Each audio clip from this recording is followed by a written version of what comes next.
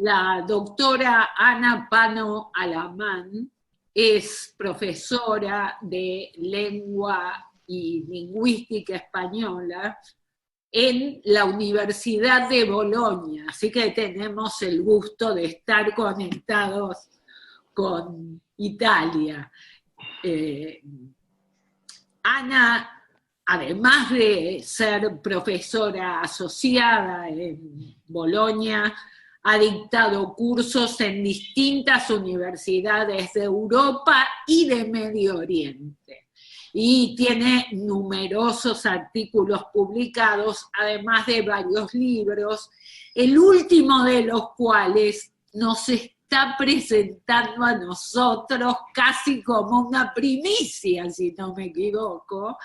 Nosotros leímos el primer capítulo de su nuevo libro con Ana Mancera, que es La opinión pública en la red. Es un placer, Ana, tenerte con nosotros, para mí una verdadera alegría, así que cuando quieras, el espacio es tuyo.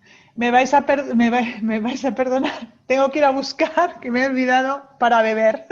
Decía, un segundito y vengo enseguida. No quería. La tentamos. Oye, sí. No, es que ahora, al estar solos o solas en casa, no le podés decir a nadie, vení, traeme. No. Esta es la situación. Eso, y también que cuando vos vas a dar un seminario presencial, decís, bueno, llego 5 minutos tarde, me voy a buscar un café, y ahora medio que sentís que a las 5 te tenés que conectar, a las 4 te tenés que conectar. Sí, es más, estábamos acá 4 menos 10. Claro. Claro. Bueno, pues voy a compartiros enseguida una presentación y como digo en clase, dadme una señal si se ve. Se ve. Sí, se ve perfecto. Perfecto. Yo lo voy a poner en presentación porque así creo que es más grande para quien tiene también un... Perfecto. Bueno, vamos a poner esto por aquí. Bueno, ¿qué decir? Buenas tardes a todos o a todas y todos por estar aquí, bueno, por la estupenda acogida, muy informal y muy agradable en estas horas, así ya para mí la noche, para vosotros pues media tarde, ¿no? Ya más relajados, espero. Gracias a Silvia por la presentación y tan amable y por conocernos, porque ha sido un placer desde que nos conocimos en Estocolmo en un congreso hace un par de años, creo. Ha sido siempre un placer estar en contacto y sobre todo agradecerle la posibilidad de estar aquí con vosotros y vosotras en este seminario virtual. Y gracias también al profesor Roberto Bozas por haberme invitado para compartir con vosotros estas ideas. Bueno, para respetar un poco el tiempo del que hablaba Silvia, el tiempo asignado, voy a seguir una suerte de esquema basado en una serie de preguntas, más que nada preguntas, interrogantes que hace 1 año y medio más o menos nos llevaron a mí y, como decía Silvia, a la compañera de la Universidad de Sevilla, Ana Mancera Rueda, a investigar, bueno, pues las múltiples facetas que tiene la opinión pública en la red, entendida de manera muy amplia, luego veremos por qué, y en particular en las redes sociales, ¿no? Bueno, como digo, voy a seguir una serie de preguntas y de cuestiones más que nada abiertas porque tampoco hemos querido dar respuestas definitivas a nada, sino más que nada abrir toda una serie de interrogantes desde un punto de vista lo más, claro, con una teoría, metodología seria y clara, pero sobre todo también con una voluntad divulgativa y sobre todo dirigida a los jóvenes investigadores y estudiantes pues de comunicación, ciencias sociales y lingüística, etc. Bueno, la primera cuestión que nos planteamos era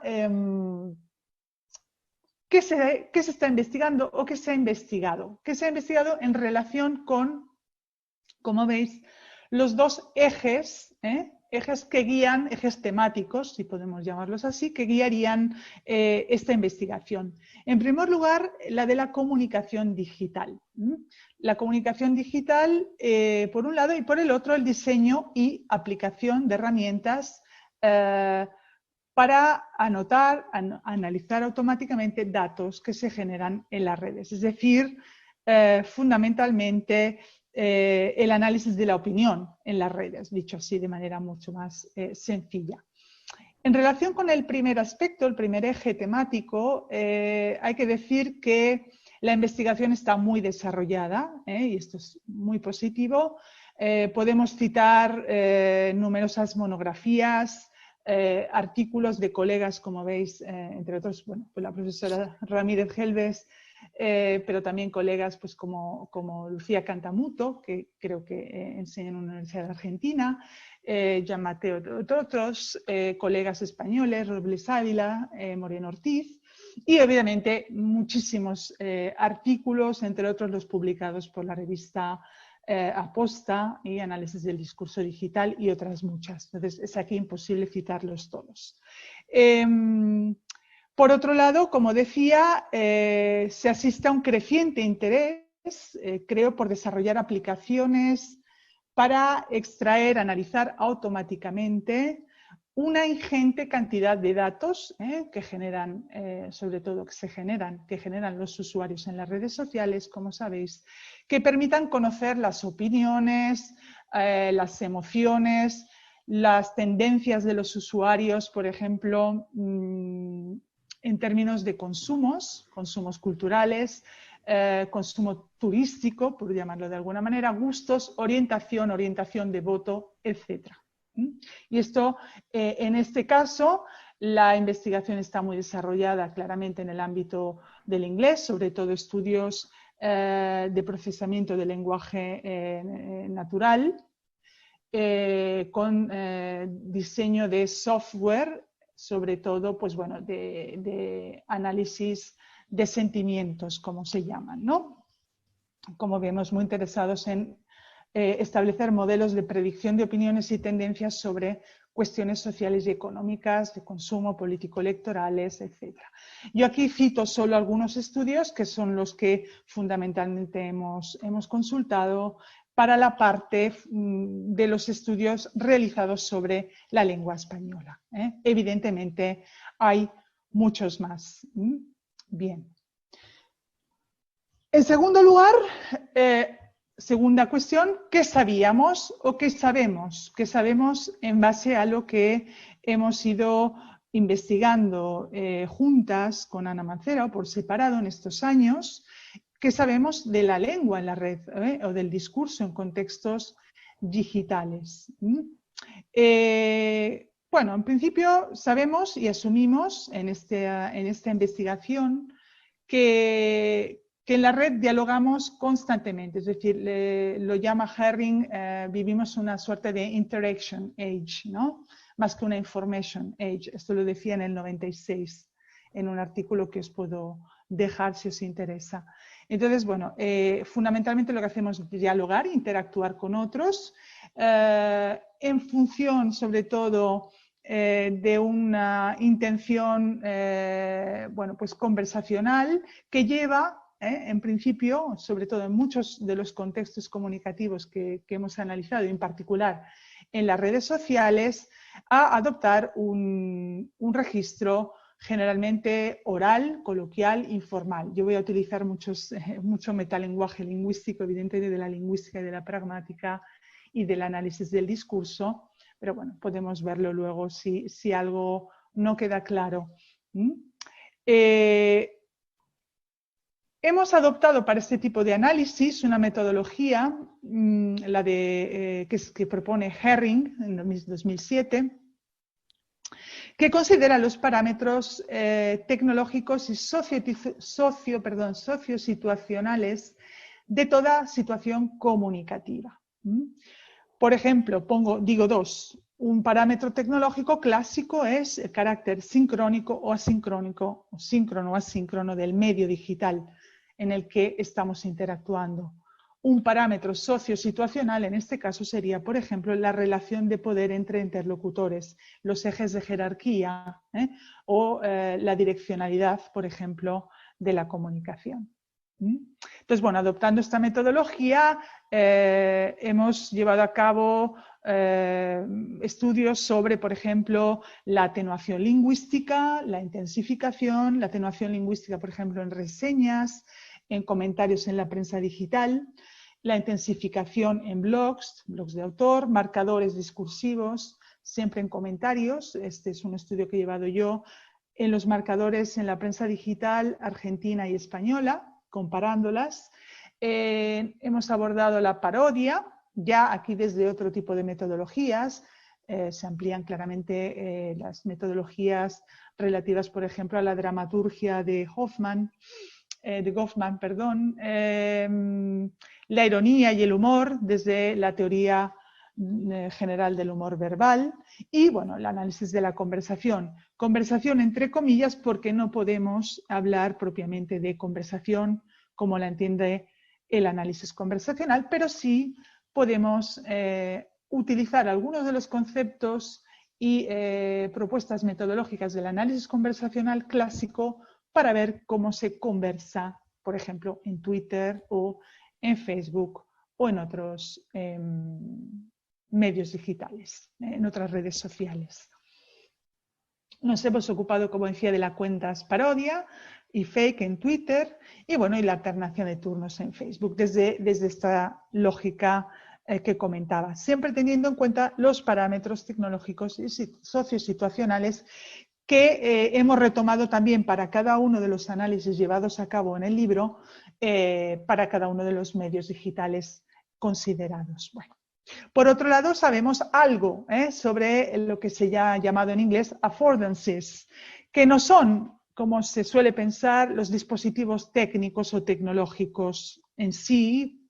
Pongamos, por ejemplo, el enlace, el hashtag, el click, ¿no? el like. Estoy hablando de, como sabemos, dispositivos técnicos que aparecen en estos medios digitales de tal manera que nos permiten hacer cosas, ¿no? Son un poco como los actos de habla. Son dispositivos técnicos que hacen cosas, que permiten hacer cosas. En este sentido son affordances. Nos permiten, por ejemplo, apropiarnos para enviar una respuesta, apoyar un mensaje, ¿no? Cuando damos retweet, por ejemplo, en Twitter, comunicar una emoción a través, por ejemplo, de emoticon o de emojis, conversar con otros sobre un tema, por ejemplo, el que puede vehicular una etiqueta o hashtag. Entonces, bueno, como vemos, las affordances tienen que ver sobre todo con los aspectos técnicos de un medio digital y los aspectos funcionales de esos dispositivos técnicos en términos, bueno, hipertextuales y multimodales, sobre todo. Otra cosa que sabemos y que asumimos en este estudio, a la hora de abordar los textos, las opiniones, es que la interacción o el diálogo en estos contextos es permanente y puede producirse incluso de forma simultánea y en distintas plataformas, es decir, en multiplataformas. Sobre esto han publicado muchísimo autores como Scolari, que habla de interfaces, seguramente conoceréis. Alcántara Pla en Madrid ha publicado varios artículos sobre la idea de la comunicación simultánea y multiplataforma, que evidentemente exige por parte de los hablantes y de los usuarios de las redes toda una serie de estrategias. ¿Por qué es posible todo esto? Bueno, pues gracias a la posibilidad de crear, evidentemente, copiar, redistribuir contenidos en poquísimos segundos. Y insisto muchas veces sobre la cuestión del tiempo, de la temporalidad, sobre la que no se ha hablado bastante. porque, como se ha dicho en algunos estudios, vivimos en un mundo de aceleración, ¿no? en el que se imponen la acción, la reacción inmediatas a la comunicación que llega, ¿no? En general, las redes urgen a relatar lo que acontece generalmente en un aquí y en una ahora, o a reaccionar sin dilación mediante un like o un emoji.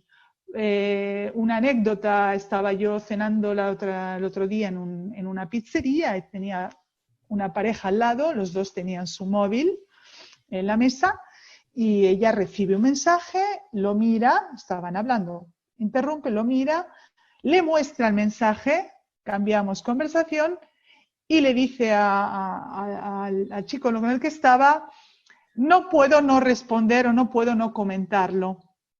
Entonces esta es la idea. Lo vi el otro día y dije, perfecto, porque es el ejemplo. No puedo no comentarlo. Por tanto, lo que sucede muchas veces es que este tipo de canales urgen a la interacción constante, ¿no? A través simplemente de un simple comentario, un simple emoticon, un simple like, por ejemplo. Al mismo tiempo, el tiempo de la escritura y de la lectura de estos mensajes se concentra generalmente en pocos minutos o segundos en que nos conectamos, a veces en el metro, en la espera en el médico. Es decir, son momentos, son pausas, ¿no?, entre lo que hacemos. De modo, dicen algunos estudiosos, Lugi, Slimovich, no sé cómo se pronuncia, hablan de formas condensadas que adopta el discurso digital, ¿no? Formas condensadas en la que, por ejemplo, es frecuente la elipsis. E incluso, como dice Slimovich, son formas o discursos pildorizados. Ella habla de televisión mezclada con redes, pero vamos, el concepto se aplica bien a la idea de texto en estos contextos. Son textos breves, por tanto, que presentan además múltiples planos de coherencia, múltiples planos de coherencia discursiva. Además, dice Lully también, de nutrirse de fragmentos de imágenes, de vídeos, de enlaces, es decir, de un bricolaje, habla de un bricolaje de textos que en muchos casos están extrapolados de su contexto, es decir, que hay que reconstruir esas relaciones.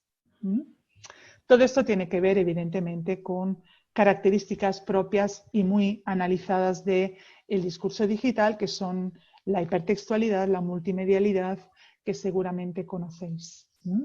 Bueno, yo aquí he traído algunos ejemplos, simplemente por situarnos, ¿no? Hemos analizado, por ejemplo, esto es Infobae, creo que es uno de los diarios digitales más leídos en Argentina.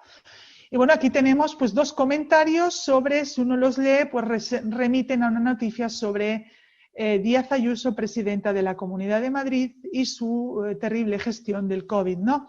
Entonces, bueno, son comentarios que hay que situar respecto a otro texto a través de toda una serie de dispositivos, ¿no? Además podemos respetar, responder, etcétera, compartir, etcétera. Otro ejemplo completamente distinto es el que os traigo aquí, que es de Booking sobre Bolonia. No quiero darle hambre a nadie, pero sí invitaros a venir a Bolonia, donde Descansa y Come se reducen a una especie de píldoras, ¿no?, de fragmentos con fotografías, con posibilidad de ver más, etcétera, de seleccionar, de viajar, navegar, esto ya lo sabíamos, pero sobre todo, y esto es lo que aquí nos interesa, opinar a través de dos posibilidades, que son los puntos que se ven en verde, o estrellas en algunos casos, y las opiniones. Por ejemplo, el Grand Hotel Majestic, no sé si se ve, en el centro de Bolonia, lleva 1568 opiniones. Bueno, esto era también lo que nos interesaba ver, ¿no? Pero vemos, son distintas tipologías textuales, pero con dispositivos y parámetros técnicos y sociosituacionales similares.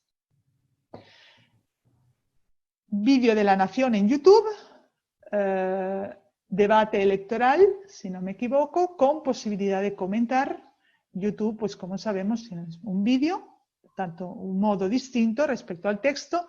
Nos puede gustar, no gustar, lo podemos compartir y lo podemos comentar. Y sobre todo podemos comentar los comentarios a través de like y responder a los comentarios generando lo que decía antes, una suerte de conversación. Porque evidentemente no tenemos turnos, no tenemos lo que llamamos conversación, pero sí tenemos una dinámica dialogal similar. Bien. Otro espacio web, en este caso de Change.org, donde tenemos a 408 millones de personas actuando. Yo no sé estos datos de dónde salen.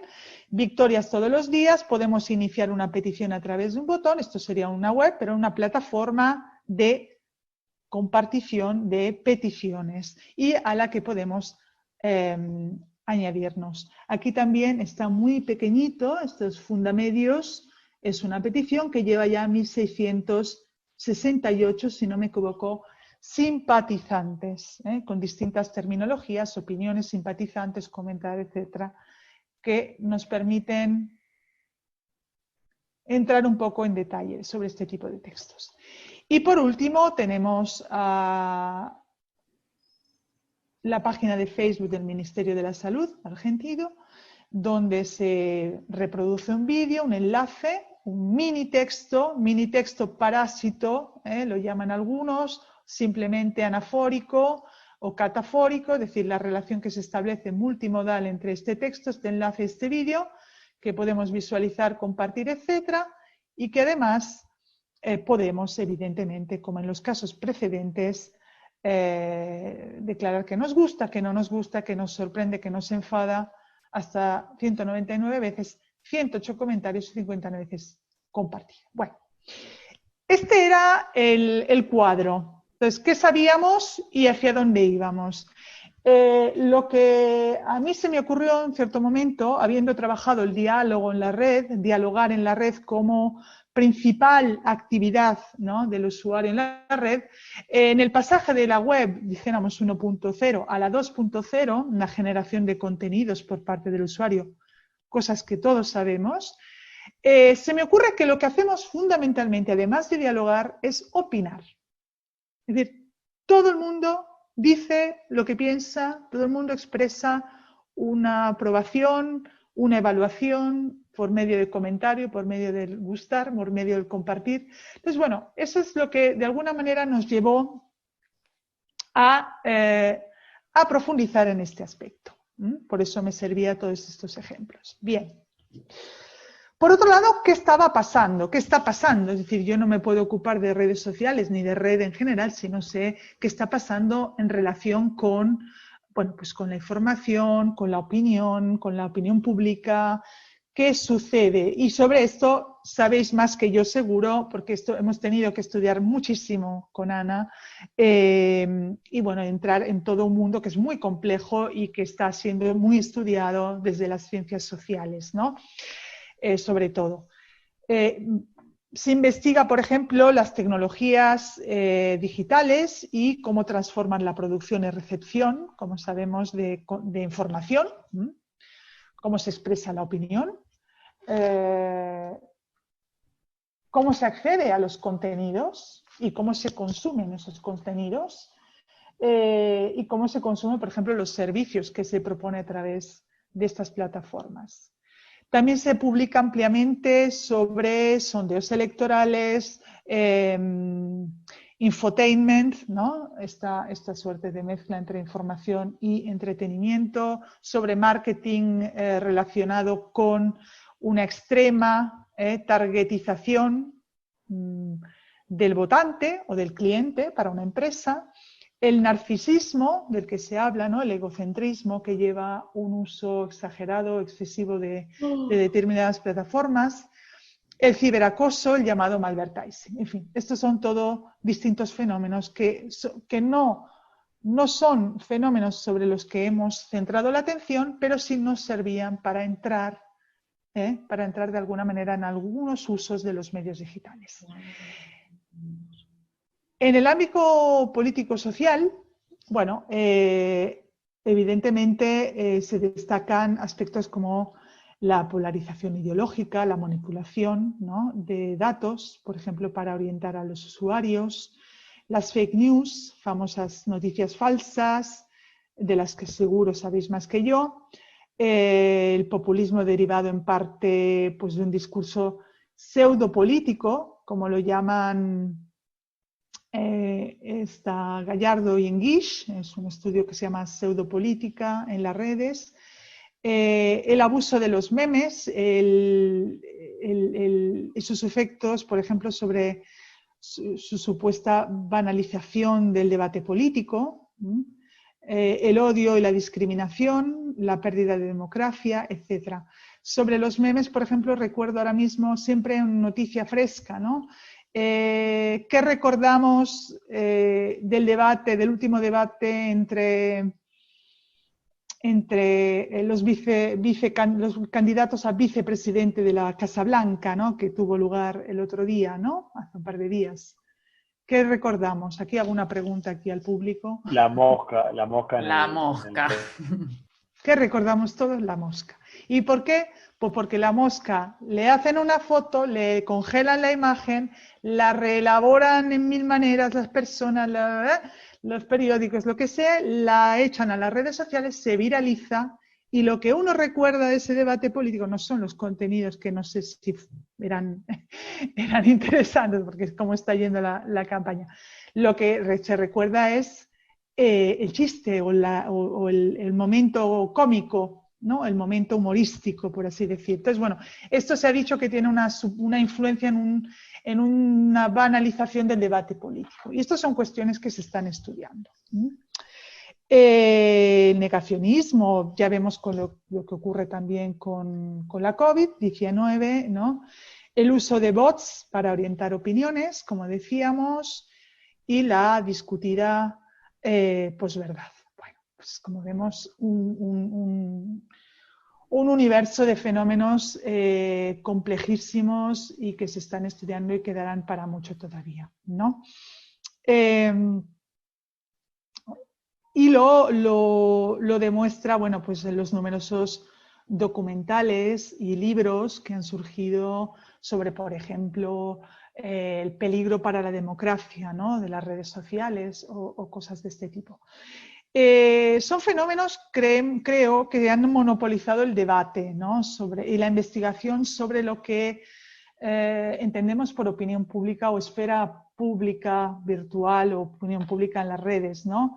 Y que seguro generan preocupación, ¿no? Como demuestra, aquí os he traído el tráiler, ¿no?, de The Dark Side, se llama The Social Dilemma, que he visto en Netflix y bueno, que es efectivamente muy preocupante, al menos si todo lo que se afirma ahí es muy preocupante. Y por tanto hay que estar evidentemente muy atentos a estas cuestiones y profundizar en el papel de las redes en su implantación y difusión, ¿no? Otra noticia de hace poco que leía es que Facebook, por ejemplo, Facebook va a limitar o incluso a negar la publicación de contenidos provenientes de QAnon. No sé si conocéis, ¿no?, este movimiento, esta especie de movimiento ideológico de extrema derecha. Bueno, pues esto lo decía Facebook, ¿no? Por tanto, ya se están estudiando, se están incluso tomando algunas iniciativas más o menos reguladas para evitar este tipo de cosas. Bien. Estas son algunas cuestiones que guiaron las reflexiones sobre este trabajo, ¿no?, sobre este trabajo que podíamos llevar a cabo. Sin embargo, para este estudio, como digo, quisimos retomar el asunto también desde perspectivas menos exploradas, quizá, de forma sistemática. La primera, lo primero que se nos ocurre es que había que resituar, por decirlo, resituar algunos conceptos. De entrada, teniendo en cuenta, por ejemplo, la historia, una perspectiva histórica que muchas veces no se tiene en cuenta cuando se aborda el discurso digital o la comunicación en estos contextos. Aquí os he traído dos libros que me parecen interesantes. El primero es de Standage, Tom, del 2013, creo que lo cito en el capítulo. No, lo cito en el capítulo, no creo. En el que recuerda Standage que en realidad el ser humano siempre ha expresado sus opiniones, ¿no? Y emociones públicamente. A través, por ejemplo, el dato da una serie de ejemplos que son, por ejemplo, los grafitis en la Edad Romana. Yo no sé quién recuerda la vida de Brian. Hacia una perspectiva histórica crítica. No sé quién. Aquí hago una pregunta siempre al público. Sí, asistente. cuando está escribiendo el palestino, viene un soldado romano a retarlo y lo manda a escribir Exacto. 25 veces la declinación Exacto. correcta. Sí, sí. No le interesa la crítica por el contenido, ¿no? Prácticamente está diciendo que se vayan a su casa, ¿no? Pero ha cometido un error ortográfico, entonces lo tiene que corregir, ¿no? Bueno, esto es el ejemplo tonto, si queréis, pero es verdad que desde la época romana al menos existe la posibilidad, en los grafitis se han estudiado, por ejemplo, en Pompeya, donde la gente pues escribía un poco muerte a este o viva el otro, ¿no? Cosas de este tipo. O él habla también, por ejemplo, de los panfletos en la Edad Moderna, que escribían, por ejemplo, quienes estaban encerrados en la Torre de Londres y escribían poesías encriptadas, ¿no? Para criticar al poder o criticar al que tenía el poder en ese momento, ¿no? O al rey incluso. Dice que también desde siempre, o al menos desde que existen medios de comunicación de masas, ha existido censura, propaganda, noticias falsas. Una noticia falsa clásica que creyeron todos, bueno, era más que nada una ficción, era, bueno, la guerra de los mundos, ¿no? No era verdadero, pero era tan similar, ¿no? Que en la radio que todos creyeron que era una real invasión, ¿no? de marcianos. Standage señala también que asistimos a una conversación pública de masas, ¿no? Que puede presentar aspectos positivos. Por ejemplo, habla de la repolitización. Esto lo han dicho también otros autores, ¿no? La repolitización, la extensión de la política o del debate político a distintas esferas sociales, para las cuales el control mediático, el Estado no permitía, el control del debate por parte del Estado de los medios de comunicación de masas no permitía acceder, ¿no? Se multiplican las interacciones, las conversaciones. Él habla de conversación como base para la creación libre, ¿no? de ideas y de expresión de opiniones, en las que puede participar cualquiera y, por ejemplo, poner en jaque al poder a través, como decíamos, de la ironía, ¿no? Del poder corrosivo de la ironía, ¿no? Y bueno, por último, como propone Charodot, que seguramente conocerán los colegas lingüistas, evidentemente cualquier análisis de la opinión requiere una atención particular al discurso. Aquí se reivindica la importancia de las palabras. Entonces, esta era un poco la perspectiva que queríamos añadir a las que ya estábamos viendo, ¿no? Bien. Bueno, a partir de todas estas ideas y lecturas y reflexiones, bueno, pensamos ¿qué se puede aportar? Bueno, en primer lugar, profundizar un poco en conceptos como opinión pública, es decir, en perspectiva, como decíamos, histórica, ¿no? bueno, pues yendo a Habermas, Prince, Lippmann, qué se dice de las masas, por qué las masas no pueden opinar, qué es la opinión pública, es pública porque es pública y no es opinión solo, es pública porque se publica a un cierto punto en los medios o porque era pública pues, en los cafés, ¿no? En el siglo XVIII, por ejemplo.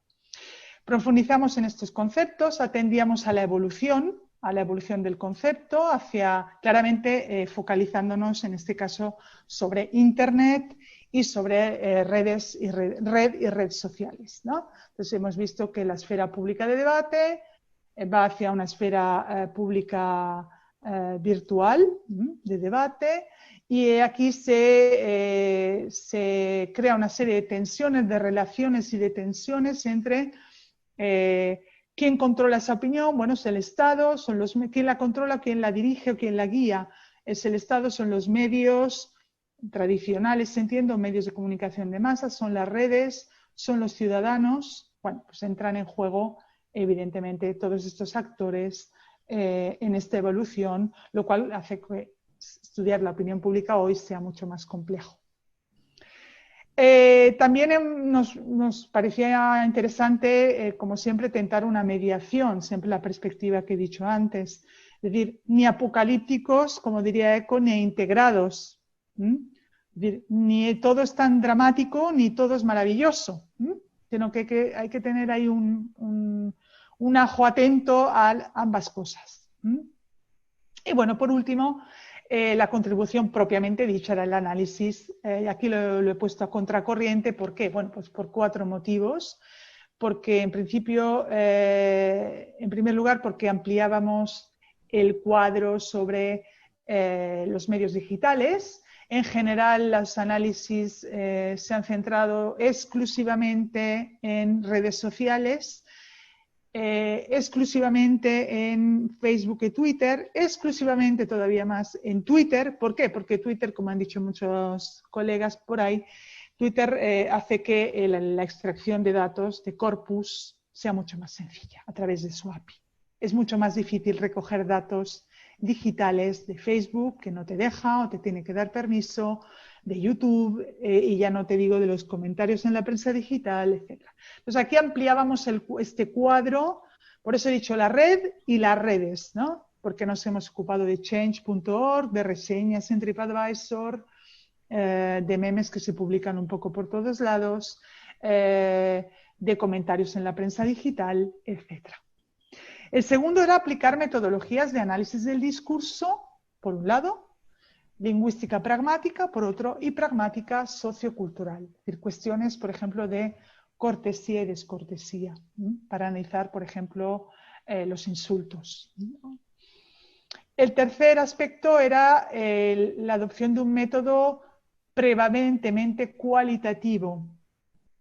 Esta es otra cuestión. Muchas veces los análisis sobre opinión pública, como he dicho, bueno, pues se centran sobre todo en una extracción de millones de datos y de análisis generalmente cuantitativos, los que interesan, bueno, pues porcentajes de retweet, sobre todo los estudios de discurso político.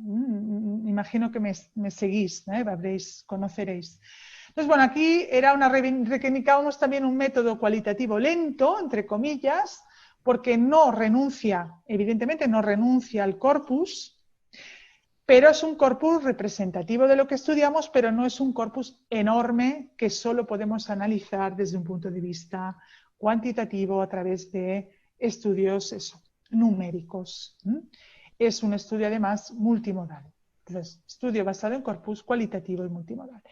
Y bueno, el último aspecto era, como decía antes, el añadir una dimensión divulgativa. Es decir, es una investigación, pero nuestra intención era la de divulgar toda una serie de cuestiones lingüísticas, sociales, cuestiones sobre la opinión pública en la red, sobre cosas sobre las que he hablado antes, ¿no? Desde un punto de vista divulgativo, pues por ejemplo, la evolución histórica de los blogs, ¿no?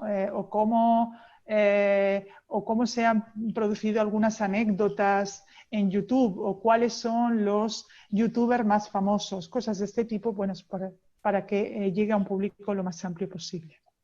¿De acuerdo? Bueno, no sé si voy bien de tiempo. Tenemos unos, ¿Tenemos? sí, 10, Vale. 15 minutos. Perfecto. Bueno, pues adentrándonos en el concepto de opinión pública, retomo un poco las cuestiones que acabo de ver muy rápidamente. Observamos que alude a distintas realidades, ¿no? En función de los medios a través de los cuales se expresa. Del siglo XX al XXI, esto es una viñeta del Roto, que es un viñetista que publica en El País, dice, la opinión pública soy yo, esta es la televisión, y todos siguen. Y pasamos a la segunda imagen, que es la de la revista Time, ¿no? En el que se dice, bueno, pues la opinión pública o de alguna manera la información eres tú. You control the information age, ¿no? Welcome to your world, yes, you eres la persona del año.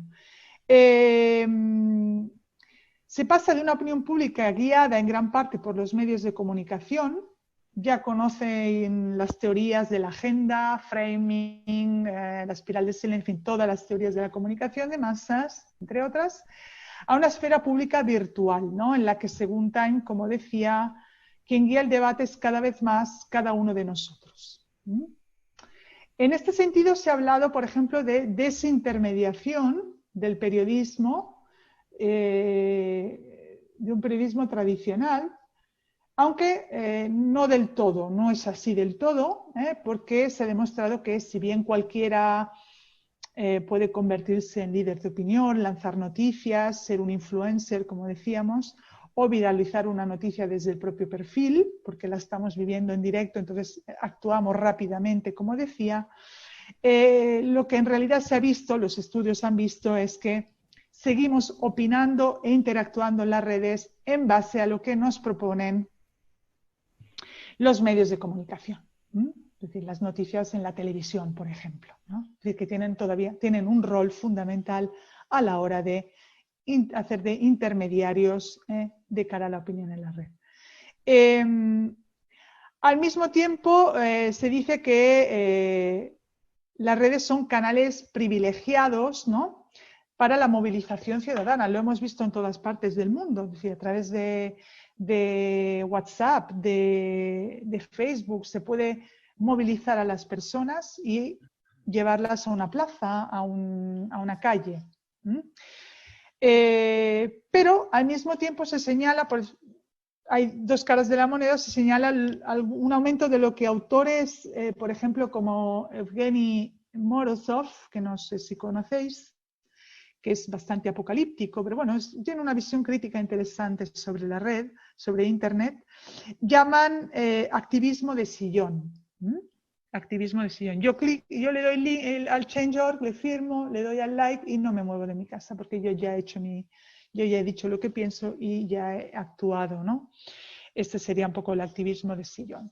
Y otro aspecto abordado en este estudio, en el estudio, es que en los entornos digitales cada vez más se mezclan razón y emoción. La razón ha sido siempre un poco la que en los estudios clásicos sobre opinión pública y quienes desde el punto de vista filosófico hablaban de opinión, ¿no? Había que hablar y formular opiniones e ideas de forma razonada, argumentada, ¿no? Y se dejaba de lado la emoción. En realidad, ya en el siglo XIX se habla de la opinión de las masas, ¿no?, de la full, ¿no?, irracional, y se va introduciendo poco a poco este factor emotivo, el factor afectivo y emotivo, que también explica muchas de las opiniones que expresamos cotidianamente, ¿no? Entonces, bueno, hay una mezcla de logos y pathos, para usar los dos términos clásicos, ¿no? En algunos casos, en las redes, imponiéndose el último, es decir, el pathos, la emoción, sobre todo.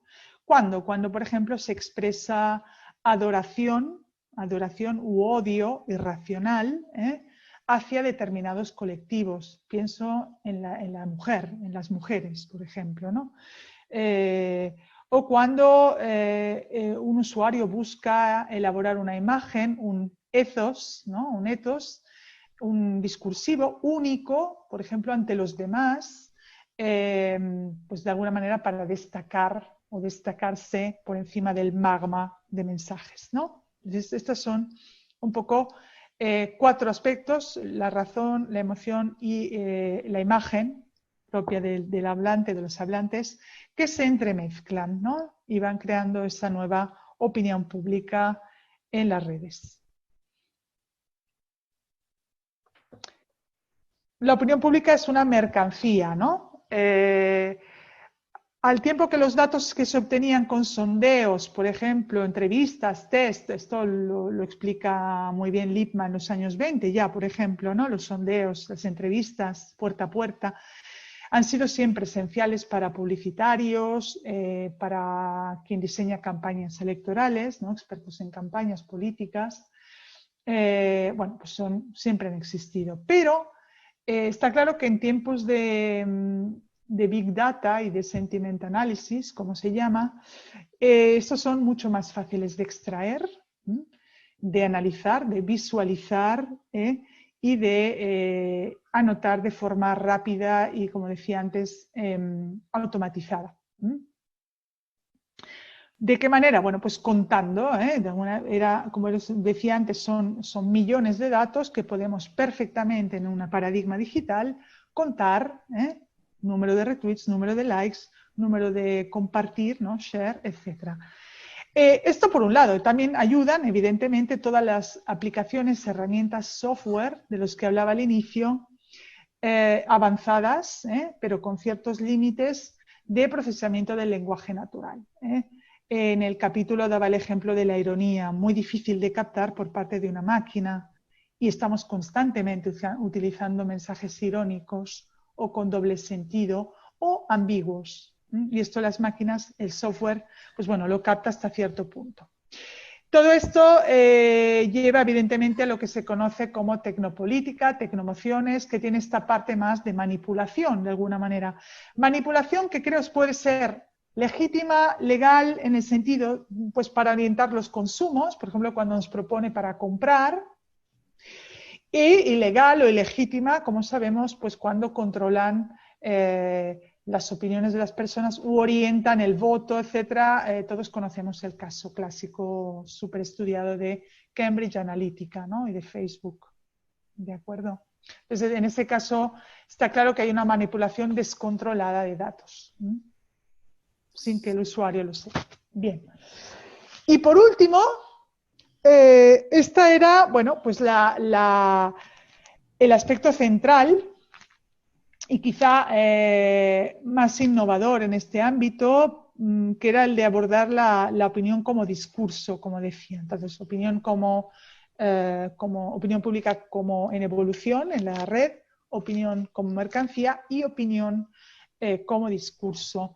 Aquí hemos llevado el análisis famoso, el análisis lento cualitativo, que se centra un poco en las estrategias discursivo-pragmáticas que los usuarios de las redes emplean, por ejemplo, para reivindicar un cambio social, para expresar opinión sobre un producto, sobre un servicio, etcétera, sobre un lugar, sobre una persona.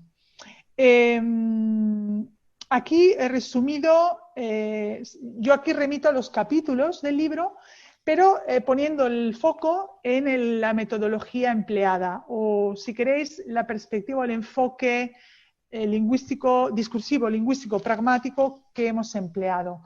Por daros algún ejemplo, pero bueno, si acaso luego, si hay preguntas, puedo entrar en detalle, era para no tediaros, para no aburrir demasiado sobre cuestiones teóricas. Pues bueno, una gramática textual clásica basada en propuestas, por ejemplo, de Cosseriu, de Beaugrand de Dressler, recursos argumentativos, pues claro, está Ducrot, Anscombre y propuestas más recientes, siempre también, bueno, Perelman, Ulbrecht y Peca. La polifonía, heteroglosía, yo aquí me he basado, este es un capítulo que he redactado yo, sobre las propuestas de las teorías de la enunciación, Ducrot, con el estudio maravilloso de Negroni y de Tordesillas.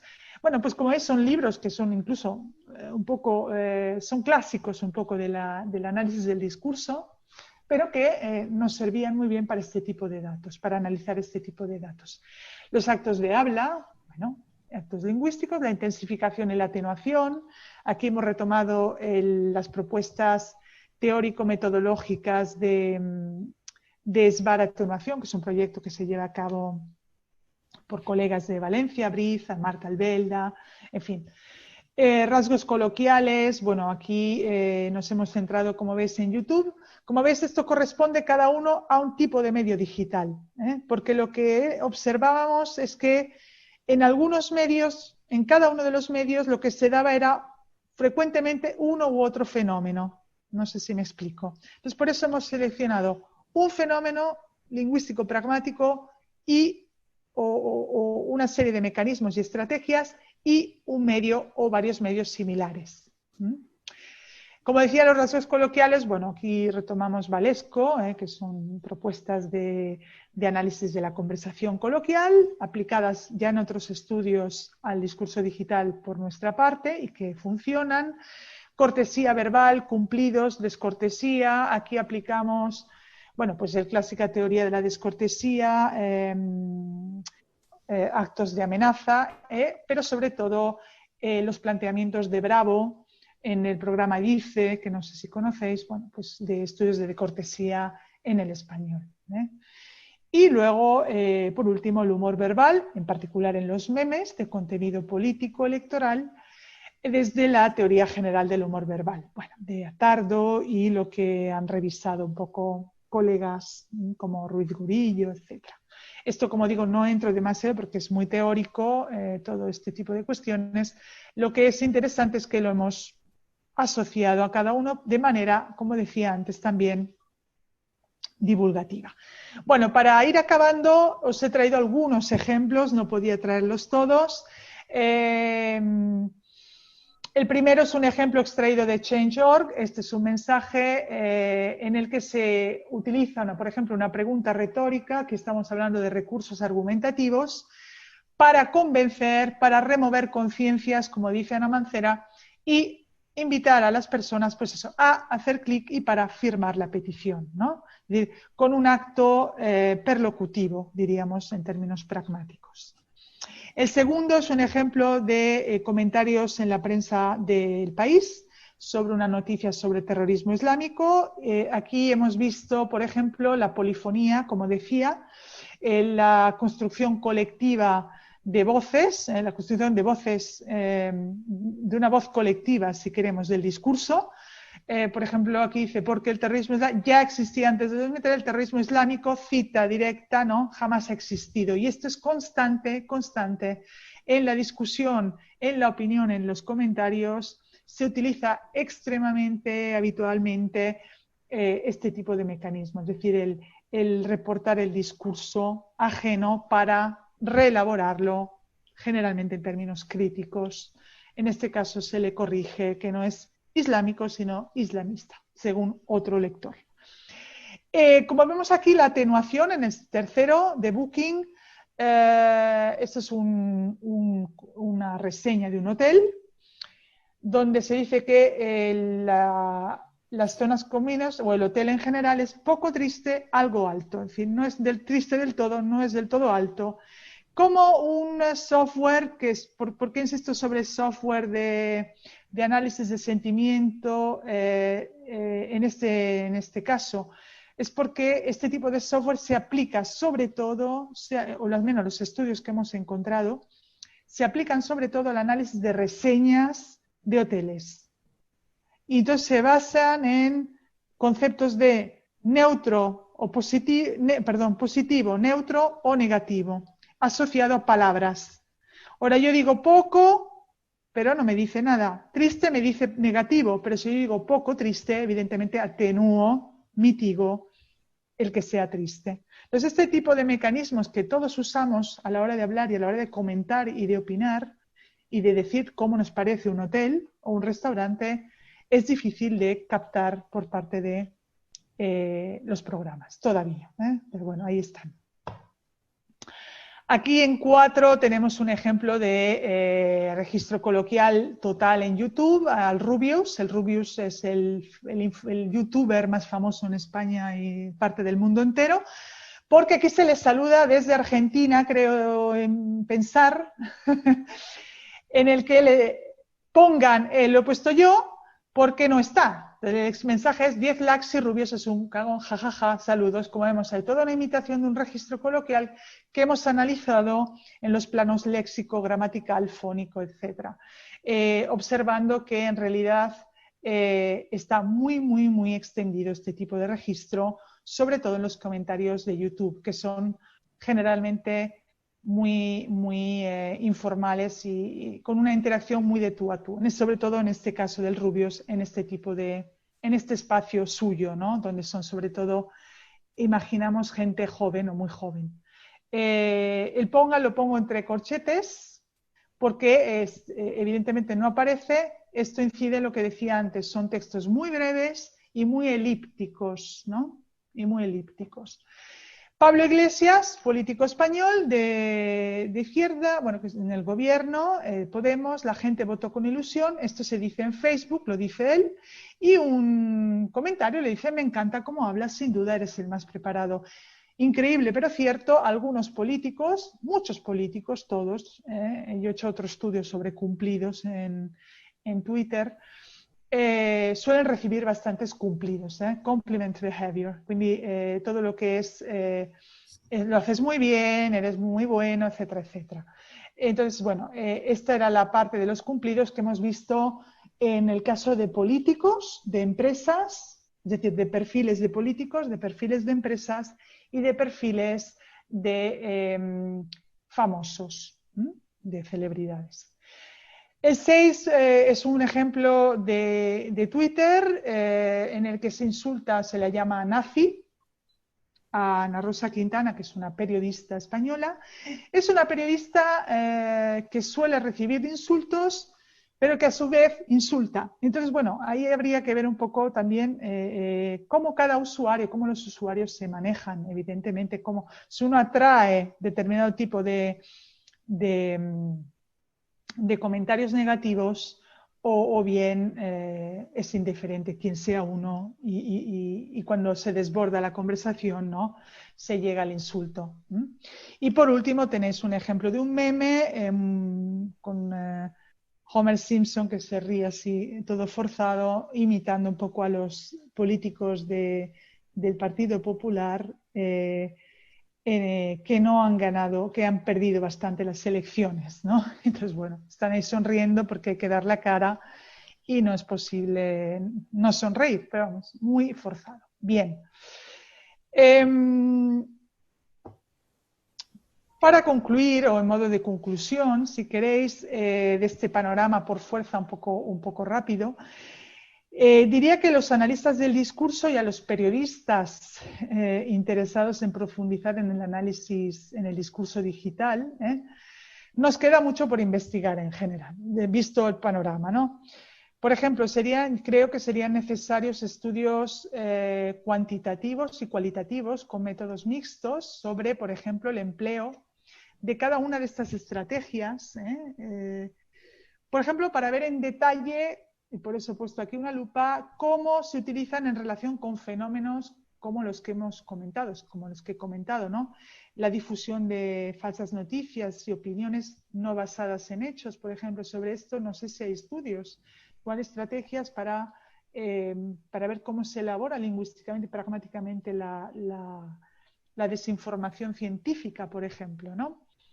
La movilización política y social, la polarización del público, la descortesía o, como decía, los efectos a medio y largo plazo del humor o en el debate político, es decir, de los memes o del humor en general. La gradual sustitución, por ejemplo, del texto, como vemos, por elementos multimodales, ¿no? Like, retweet, me gusta, no me gusta, comparto, visualizo, etcétera, todo este tipo de affordances, decíamos, que lo que hacen, como comentaba, o como comentan algunos estudiosos, condensar y fragmentar el discurso, es decir, uno pierde el hilo, ¿no? Uno pierde el hilo. pierde el hilo y eventualmente la elaboración razonada de ideas. Y un aspecto que a mí me interesa particularmente, que son los mecanismos lingüísticos y discursivos en que se anida el odio y la discriminación, ¿no? Y me interesa, bueno, entenderlos, y sobre eso se está haciendo ya aquí en la Unión Europea se están publicando cosas. Entiendo la Unión Europea estudios sobre racismo en la red para elaborar, por ejemplo, leyes que contrarresten, pues, bueno, los efectos extremadamente nocivos en las personas de este comportamiento. Bueno, sobre estas y otras cuestiones, yo diría que lo dejo aquí y daría lugar, no sé, a un espacio así como más de opiniones por parte de vuestra, preguntas, dudas, críticas, likes, etcétera. Aquí lo dejo. Muchas gracias a todos y a todas por vuestra atención. No sé si no os veo, no sé. Voy a volver a la pantalla. Okay. Bueno, muchísimas Hola, gracias, aquí estoy. Ana. Hola. Estamos acá con el momento de las preguntas. Es interesante que planteemos los interrogantes o los comentarios que hayan surgido. A mí, por supuesto, me surgieron varios, pero no quiero hacer uso del beneficio del coordinador.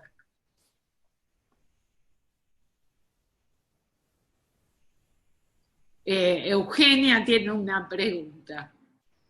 Y animo, sé que hay varios estudiantes acá de comunicación, así que los animo a preguntar a ellos también. Ana, me pareció súper interesante también el recorrido histórico y la perspectiva de mirar estos fenómenos cualitativamente, además de cuantitativamente, porque lo que se suele ver mucho son estudios, sobre todo en la academia, diríamos en inglés, pero eso un poco se contagia a la academia en otros idiomas, estudios cuantitativos que, bueno, casi siempre están basados en Twitter, porque como vos dijiste, es fácil de bajar la información de ahí, asumen que pasa lo mismo en otros ámbitos, que lo que pasa en Twitter, pasa en Facebook, pasa en Instagram, pasa en YouTube, sin que haya evidencia al respecto.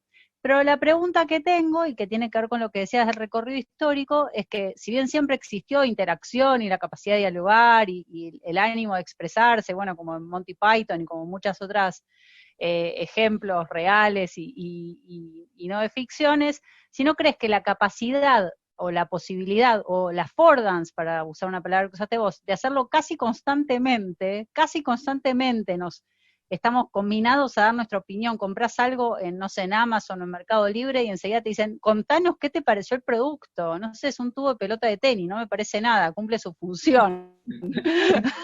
Sí. Si eso no cambia en algo, en un fenómeno que ya existe hace mucho, como si la multiplicación de espacios no puede llegar a generar un cambio no solo en cantidad de opiniones expresadas, sino en cómo nos vemos nosotros y cómo nos ven los demás como sujetos que expresan sus opiniones y en la manera en que expresamos esas opiniones. Completamente de acuerdo, sí. Eso es lo que cambia. Lo que cambia es fundamentalmente lo digital.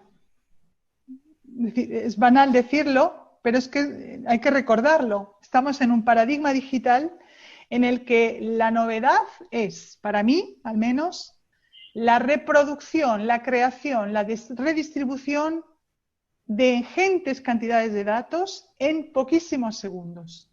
Esa es la novedad. Eso los romanos no lo tenían, los panfletos en la Edad Moderna no era así.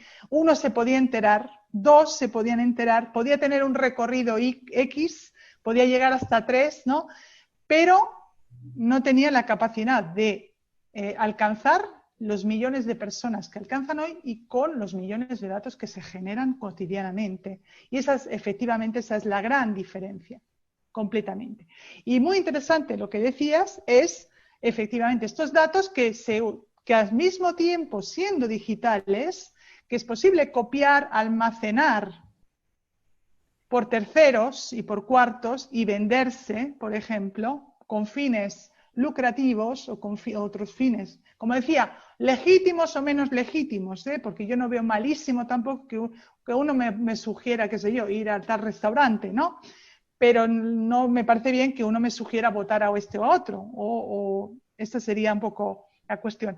El hecho de que te sugieran constantemente una reacción es porque saben, evidentemente, en base a los datos que tienen sobre tus comportamientos en las redes, o a través de GPS, incluso cuando nos movemos, es increíble, ¿no? El GPS cuando te sale, ¿no? Has pasado por tal museo, has pasado por tal restaurante. Entonces tú dices, uy, tengo el móvil enchufado, el GPS, saben dónde estoy, ¿no? Entonces, esta es la gran diferencia, el hecho que usamos datos, millones de datos que se comparten, que se almacenan, que se pueden reutilizar, redistribuir con fines lucrativos, con fines legítimos o ilegítimos en función de quién tiene esos datos. Y este es el gran problema, quién tiene esos datos. Porque esos datos no son míos, no son... y este es el problema que se pone al investigador de este tipo de cosas también. Yo cuando analizaba en los primeros tiempos los comentarios en la prensa digital, digo, pues estos datos los puedo utilizar, los puedo publicar. No son míos, no son son de la persona que ha comentado, pero no son de la persona porque esa persona le ha dado OK al país a prisa y le ha dado sus datos, ¿no? Y eso lo hacemos pues cuando abrimos la cuenta de Google, cuando abrimos la cuenta de Facebook, lo sabemos todos, ¿no? Cuando damos esa OK, te doy mis datos a pacto que. Entonces a uno no lo piensa, dice, voy, venga. Y luego, ¿para qué se utilizan? ¿No? Como se ha visto con Cambridge Analytica, que se han vendido para fines no del todo correctos, ¿no? Sobre todo. Entonces, bueno, esa es la diferencia. El hecho que el paradigma digital para mí cambia fundamentalmente en el hecho de que todo es mucho más rápido y mucho más. Sintetizándolo y, sobre todo, manipulable. Es decir, si yo puedo copiar, como uno copia un vídeo, yo puedo reproducirlo, yo puedo hacerle la foto a la mosca y luego hacerle un chiste. Esto es lo que cambia. Y mucho más rápido. Y entonces es mucho más preocupante, seguramente, evidentemente, respecto a... Aunque claro, cuando había panfletos, pues quien censuraba tenía su preocupación ahí también de parar la cosa, imagino, ¿no?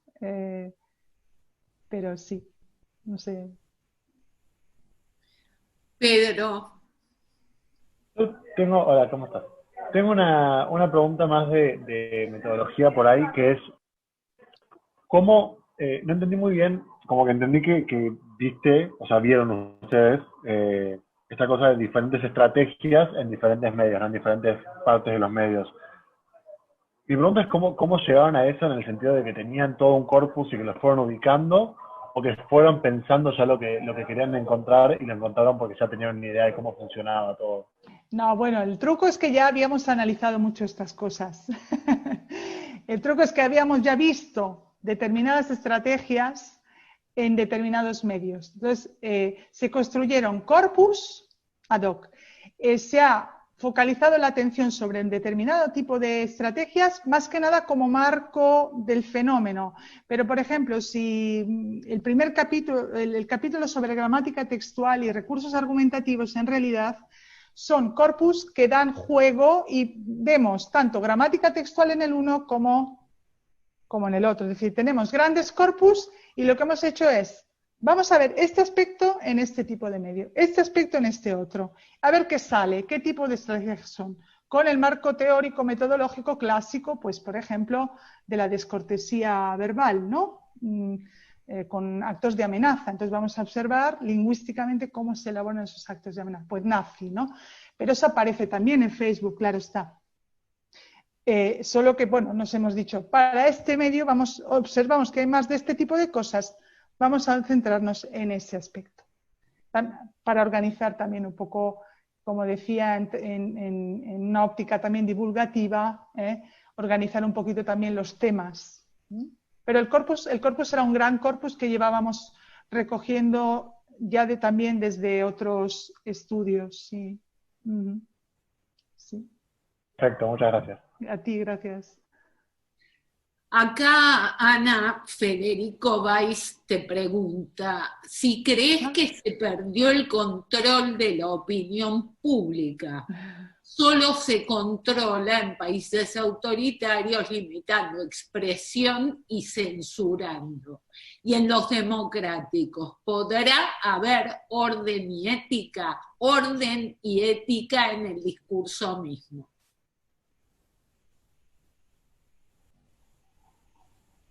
Uy, esta es una pregunta más para quien se ocupa de estudio de democracia y de ciencia política. Y yo no sé, perdona, he perdido un momentito.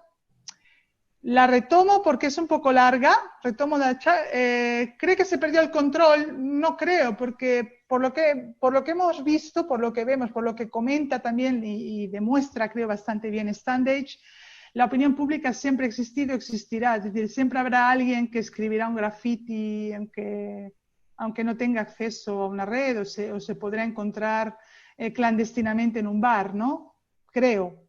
Perder el control de la opinión pública no entiendo exactamente, en el sentido que se pueda controlar.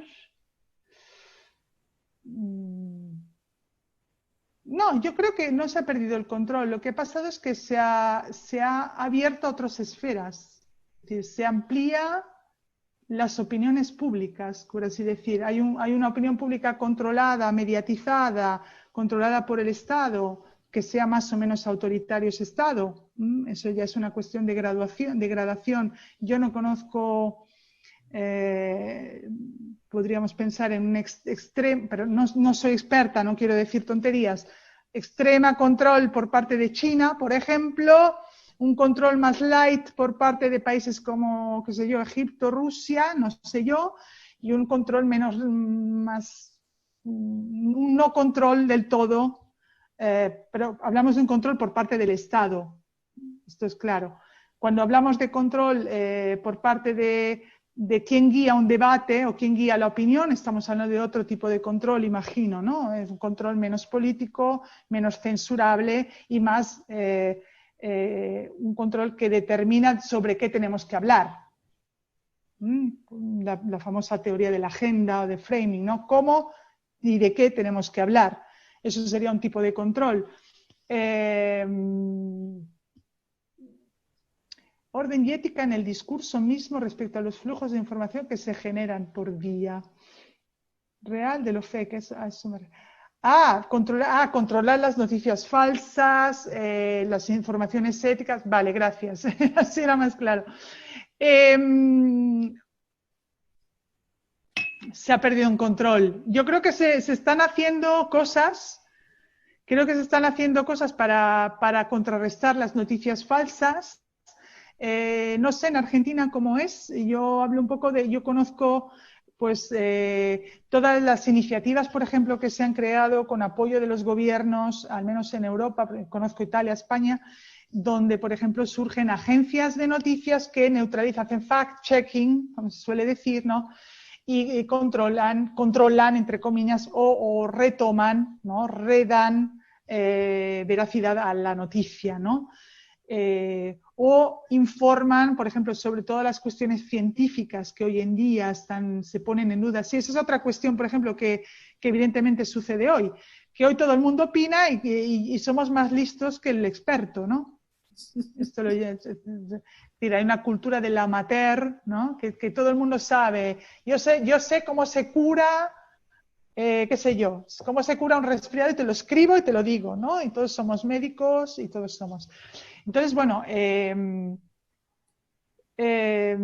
filtros de información y hablábamos del control político, el control mediático, en términos más que de control estatal, de control de agenda.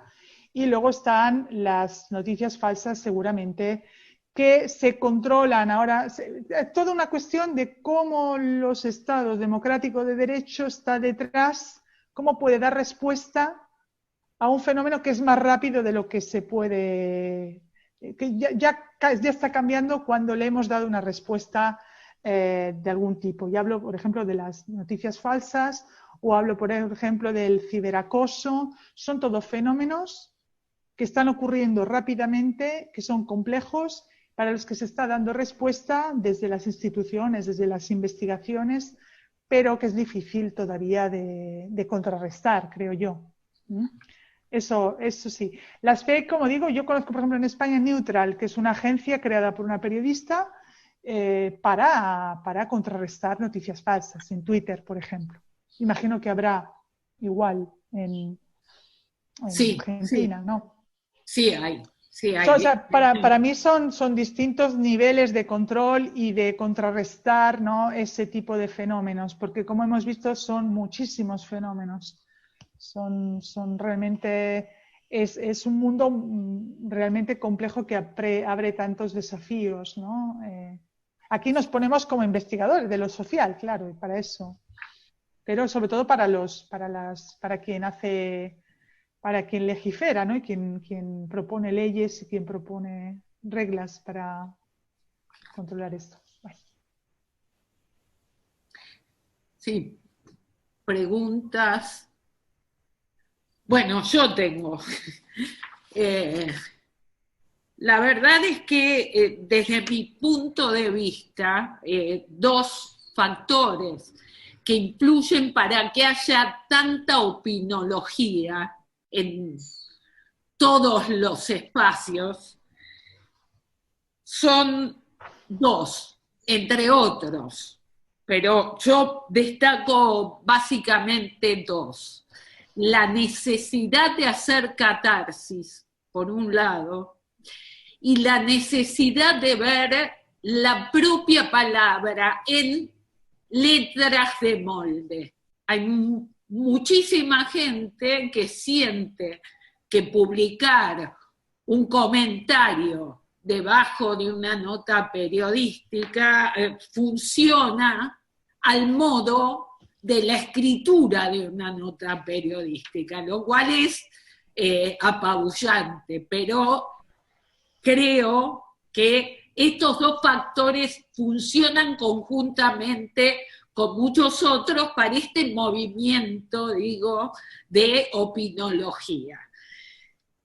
La pregunta que te quiero hacer, que no sé si es correspondiente a lo que ustedes hicieron, es si todo este caudal y toda esta capacidad de analizar y desmenuzar las opiniones conduce después a verse constatado en los hechos en el futuro. Quiero decir, si estas opiniones favorables hacia, por ejemplo, un determinado político o un determinado producto se traducen efectivamente después en ventas, ya sea del político o del producto, o si son simplemente análisis que utilizan las empresas de marketing o las agencias de investigación de mercado para hacer una venta, pero que no responden más que a percepciones que no hablan de lo que la gente realmente por ahí hace o piensa. No sé si fui muy clara. Sí. ¿Cómo se traduce la investigación sobre opinión, tanto desde un punto de vista, entiendo, lingüístico, pragmático, como el que hemos hecho, como de marketing, decíamos, a través de software, por ejemplo, análisis de sentimiento? Se traduce en, por ejemplo, como siempre, aquí hay que ver qué tipo de opiniones de qué tipo de opiniones estamos hablando, por un lado. Como digo, hay datos que interesan políticos, electorales, y datos de reseñas de ventas, de servicios, productos culturales, etc.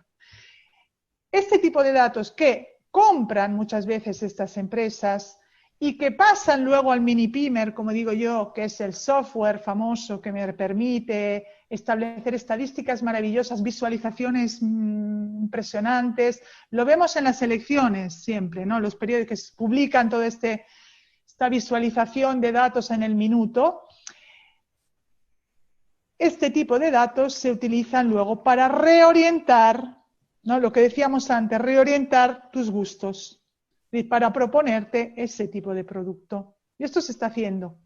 Sí. O sea, el dato de mercadotecnia pura, política y de servicios, en fin, productos de todo tipo, se está utilizando para reelaborar mensajes publicitarios, para reelaborar toda una serie de clickbait, ¿no? Titulares para que tú te enganches, sugerencias, como decía Eugenia, para que compres tal producto. Entonces, tienen evidentemente una traducción luego a la hora de que esas empresas actúen de una determinada manera. Y esto por un lado, creo. Luego está todo el discurso sobre el odio, la discriminación, etc. Os traigo el ejemplo. Yo sigo con Amnistía Internacional Italia el trabajo de varios investigadores lingüistas que han llevado a cabo estudios sobre, se le ha llamado barómetro del odio. Esta era una campaña de Amnistía Internacional Italia, que ya están siguiendo otras secciones. Y este barómetro del odio era el identificar por parte de los activistas de Amnistía durante las elecciones generales en Italia en 2013, luego las varias elecciones que han tenido lugar, por tanto discurso político fundamentalmente, pero también mediático, se identificaba las palabras que podían ser un insulto leve, había una categorización de tipología de insulto, ¿vale? Entonces se etiquetaba y esto daba una serie de datos, un barómetro del odio, es decir, quiénes y cuántos y cómo y cuándo políticos insultan a qué colectivos, inmigrantes, mujeres, rom, etcétera, una serie de categorías. Y bueno, esto dio toda una serie de datos de investigación sobre todo cuantitativa porque es más sencillo de ver, etcétera, pero también cualitativa porque se veían las palabras, ¿no? que utilizaban. Bueno, pues esto ha dado a unas propuestas de informes por parte de lingüistas, de expertos, si queremos, en política antidiscriminatoria, derecho de la mujer, etcétera, en Italia. Esto se ha llevado al Parlamento como lobby a Amnistía y se está pensando en hacer una ley contra el odio en las redes. En base a un estudio, claro, es todo muy lento, pero es para darte un ejemplo. Sí. Este ejemplo es el estudio por parte de lingüistas, porque además uno es muy interesante, publica en italiano, seguro lo leéis bien. Ahora no recuerdo los nombres, es fatal para los nombres. Si os interesa, os lo mando. Que ha publicado distintos estudios sobre este tema y es el que coordina esta investigación. Pues esta investigación da lugar a una propuesta de ley, o sea, una propuesta para crear una comisión en el Parlamento italiano para combatir la discriminación en las redes, al menos por parte de los políticos, ¿no? En el discurso electoral político, pues con una serie de recomendaciones. Bueno, esto ya sabemos luego lo que puede dar o no dar. De hecho, los periodistas tienen códigos, ¿no? Deontológicos, etcétera. Pero bueno, para decirte que son estudios basados en el análisis de opinión y de interacción en redes para expresar ideas que luego tienen en contrapartida Y luego, pues otro ejemplo que me viene a la cabeza es, por ejemplo, banalmente las affordances, esto lo sabéis también, YouTube, pues cuanto más me das clic, más subo en el ranking y más dinero gano. Sí. O sea, más claro que... Entonces, quien utiliza las estrategias, por ejemplo, estábamos hablando del Rubius, porque este chico Rubius es el mayor youtuber de España y del mundo mundial. Pues porque evidentemente utiliza un lenguaje, un registro muy cercano, muy particular, que habla a quien le escucha con una determinada edad, y, bueno, y tiene esas estrategias que le permiten, y esos vídeos, ¿no?, obtener muchos likes y muchas visualizaciones, affordances. Entonces eso le da de qué vivir. Vete tú a saber, le da de qué vivir. Entonces, bueno, yo creo que sí tienen el estudio, el análisis, tiene luego en contrapartida, ves cómo de hecho, cómo eso tiene un reflejo en cómo consumimos, en si podemos cambiar, ¿no?, el discurso.